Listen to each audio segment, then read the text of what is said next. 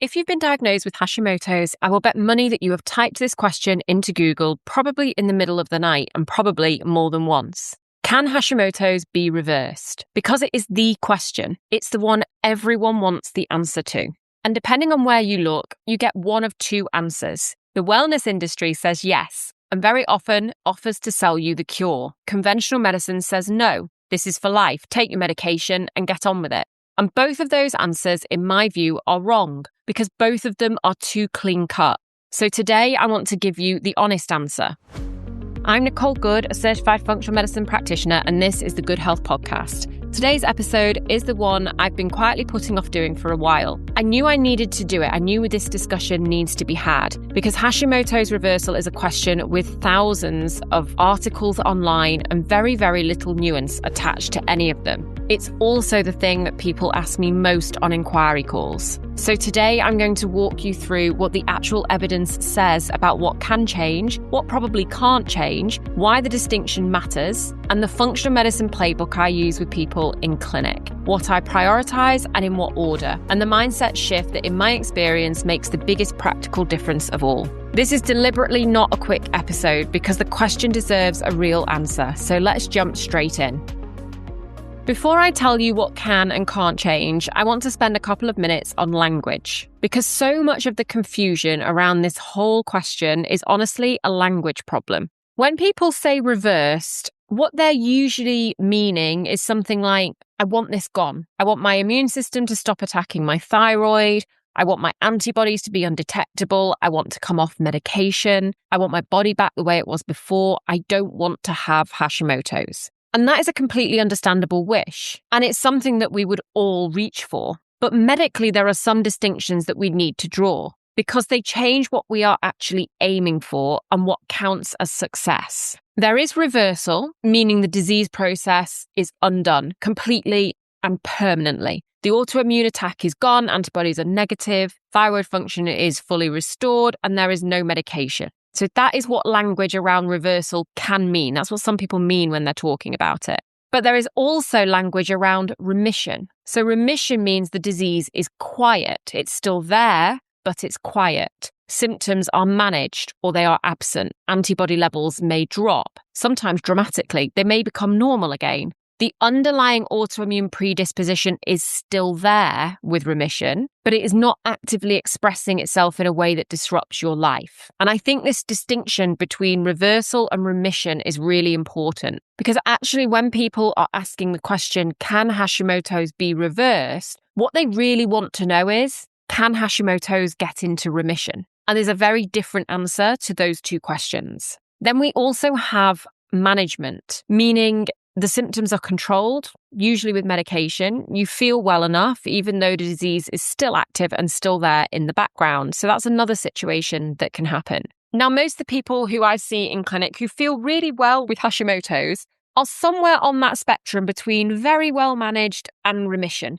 So quite often they don't have detectable antibodies, but they may not be medication free. But they're doing everything to support their thyroid, they're well, and they're living their lives, and they're not defined by the diagnosis. When I answer the question, can Hashimoto's be reversed? The honest answer changes a lot depending on which of those things you actually mean. So let me give you the honest answer to each one. Let's start with the good news because there is a lot of it, and there is now genuine mainstream evidence behind much of it. This isn't wellness conjecture anymore. What can change is your antibody levels, sometimes by a lot, and sometimes back into normal range. And one of the clearest single interventions for that is selenium. So this is a really good example. A 2024 meta-analysis pulled together 29 studies with more than 2,000 patients across those studies and found that selenium supplementation produced a statistically significant reduction in thyroid antibodies, specifically the TPO antibodies. Earlier trials at 200 micrograms a day showed reductions of 40 to 50% over time, with meaningful changes appearing as early as 3 months and continuing through 12 months of consistent use. So that's a serious effect. And that's just one of the things that can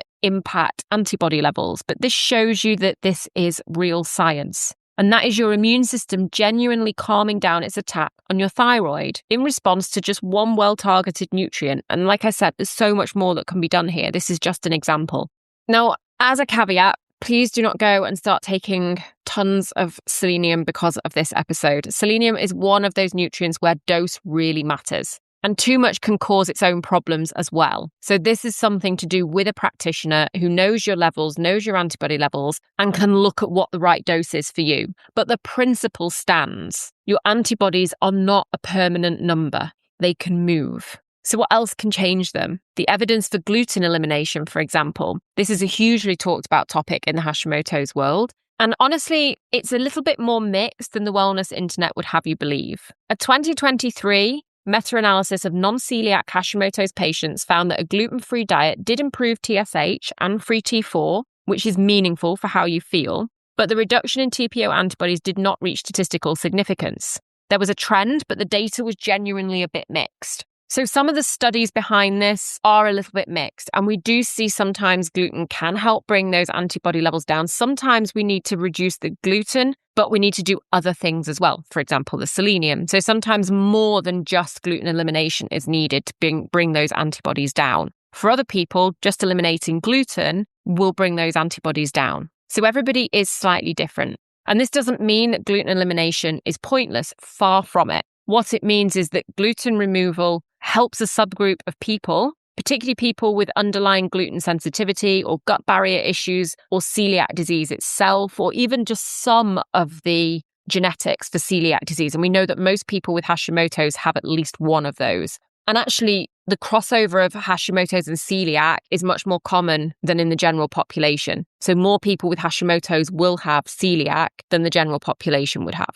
So if you are someone where removing gluten makes you feel dramatically better, your body is telling you something real and you should listen. If you remove it for 6 months and nothing changes, there's another driver that we need to find. We need to look elsewhere to build on that.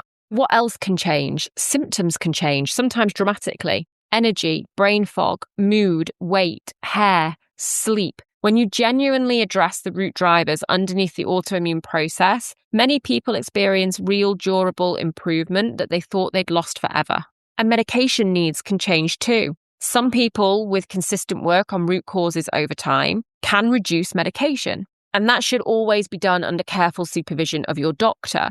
And it isn't a guarantee. We can never say, a lot of people will come into clinic and say, can you get me off my medication? No, it's no guarantee that we can get you off medication. And it shouldn't be the goal, but it does happen. Real people, real cases, real practitioners, including myself in clinic, have seen it. So if your question is, can my Hashimoto's get meaningfully better with my antibodies dropping, my symptoms resolving, my medication needs potentially changing? The honest answer is yes. Very often, yes. Now the part that most people don't want to hear, but the part that in my experience actually sets people free. The things that can't change. So what probably can't change is your underlying autoimmune predisposition. You have a genetic loading that made you more vulnerable to autoimmunity in the first place, and that loading is still there. And once your immune system has learned to recognize your thyroid as a target, once that immune memory is established, it doesn't in most cases fully unlearn that. Your immune system has a memory. That is actually one of its greatest strengths in other contexts. And it's why vaccines work. It's why your immunity to chickenpox lasts for decades. But in autoimmunity, that memory is part of the problem. The cells that learn to recognize your thyroid stay around even when the active attack is dialed all the way down. So the most honest thing that I can tell you with this is the autoimmune process can become quiet. And quiet is genuinely properly transformative. But the immune system's familiarity with your thyroid is, in most cases, a permanent feature. Which means, and here is the part that matters most, even when you reach a state where your antibodies are low and your symptoms are gone, the predisposition stays. So the work doesn't really end. It just changes. You don't want to get to a point where you feel better and then stop doing all of the things that you've been doing to feel that way.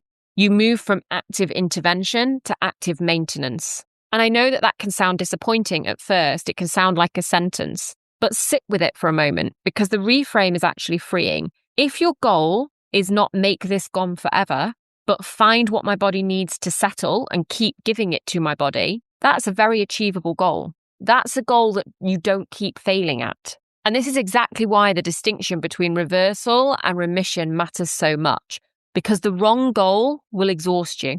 I see this in clinic all the time. Someone comes to me having read every Hashimoto's book, listened to every Hashimoto's podcast, tried every protocol, spent thousands on supplements, removed everything from their diet, and they are utterly depleted. Not because the interventions themselves are wrong, but because they are chasing a finish line that may not exist for them. They're not aiming for remission, which is real and achievable. They're aiming for complete eradication, which sets up a story in which they are constantly failing. And that's exhausting. And then on the other end of the spectrum, I see people who have been told, this is for life, take your medication, there's nothing else that you can do. And they've given up. They've totally given up on the idea that they could feel any better. And that's not true either.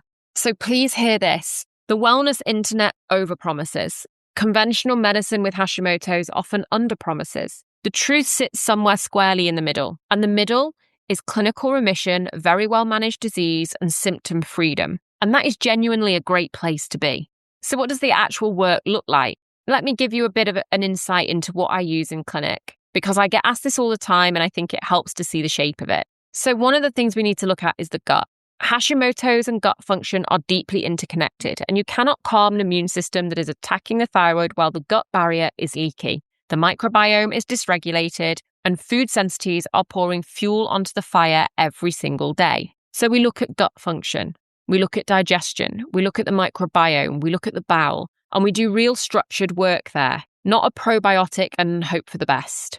We need to look at stress and the nervous system. Chronic stress is one of the most reliable drivers of immune dysregulation, and the relationship between cortisol and autoimmune flares is well established. So if your nervous system is in a state of chronic activation, and honestly, so many of the people I see with Hashimoto's sit exactly there, that has to be addressed. And I want to be clear, this is not a do some meditation approach. This is a genuine structural change on how your nervous system actually spends its days. Third is your nutrient status. Hashimoto's depletes certain nutrients, and certain nutrient deficiencies make Hashimoto's worse. Selenium, I've already mentioned. Iron as well. Many women with Hashimoto's are quietly low in iron, and low iron impairs the conversion of thyroid hormone into its active form. Vitamin D as well, strongly associated with autoimmune outcomes. Zinc, B12, these are not glamorous, but they are foundational and they will make a difference.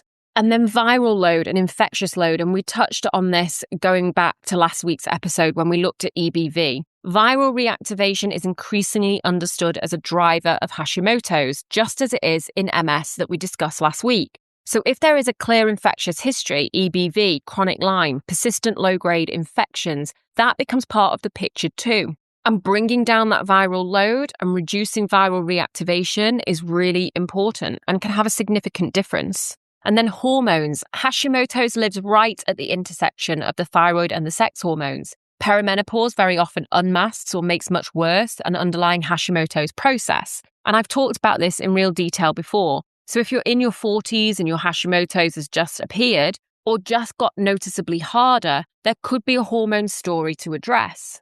And then environmental load. The home and thyroid episode I did is the long version of this, but in short, your environment is part of your immune environment, and reducing what it's coming into contact with absolutely matters.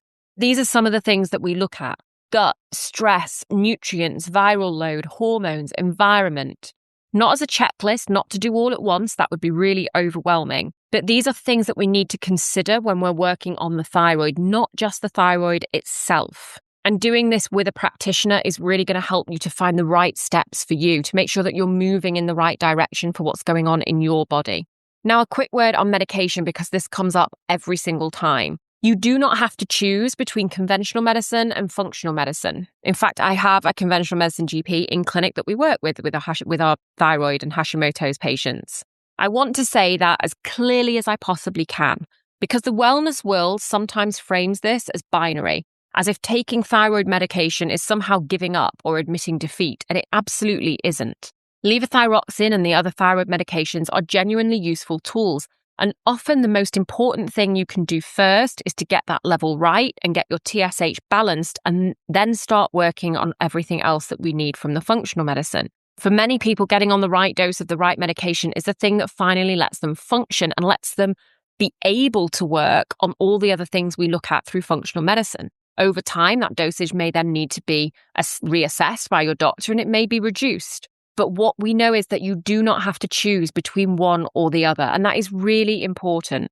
The goal is the lowest friction life. It's not an ideological purity. Some people end up needing less medication over time as the underlying work pays off. Some people stay on a steady dose forever and feel completely well. Both of those are genuinely good outcomes. So don't let anyone make you feel otherwise. Let me leave you with the mindset shift that I think makes the biggest practical difference of anything I've said today. If you can move from, I want this gone, to I want to give my body what she needs to settle, everything changes. You stop chasing a finish line that may or may not exist for you. You stop punishing yourself when you do not reach it. You start instead to notice the actual improvements, the energy that comes back, the hair that thickens, the mood that lifts, the brain fog that clears. And you start trusting your body to keep being supported. Hashimoto's becomes something you live alongside well, rather than something you are constantly trying to defeat, which, as we've said, is exhausting. And that, in my experience, is where the real wellness lives with this condition. Not in the elusive promise of cured, but in a quiet, real, daily settling of a body that is finally being properly listened to.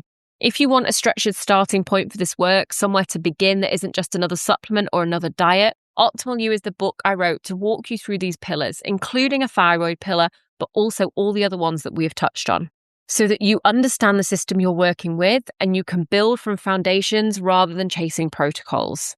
We'll link the book in the show notes below this episode. And if you would like the whole picture properly assessed, the gut, the immune side, the hormones, all of it together as one interconnected system, that's exactly what the Mito Immune Health Assessment is built for.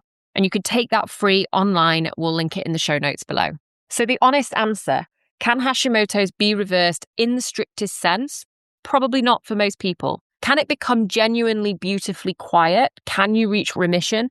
Absolutely yes. Antibodies can fall, symptoms can lift, life can come back. You do not need to chase cured. You need to aim for well, and well is right there for you to take.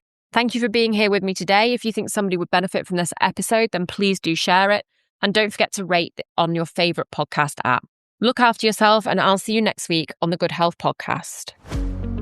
You've been listening to the Good Health Podcast. I'm Nicole Goode, certified functional medicine practitioner, autoimmune and thyroid specialist, and author of Optimal You. You can find me at goodhealth.uk, that's GOODE health.uk, on Instagram at Good Health Clinic, GOODE Health Clinic, and wherever you get your podcasts. All the resources are linked in the show notes below. I'll see you next week.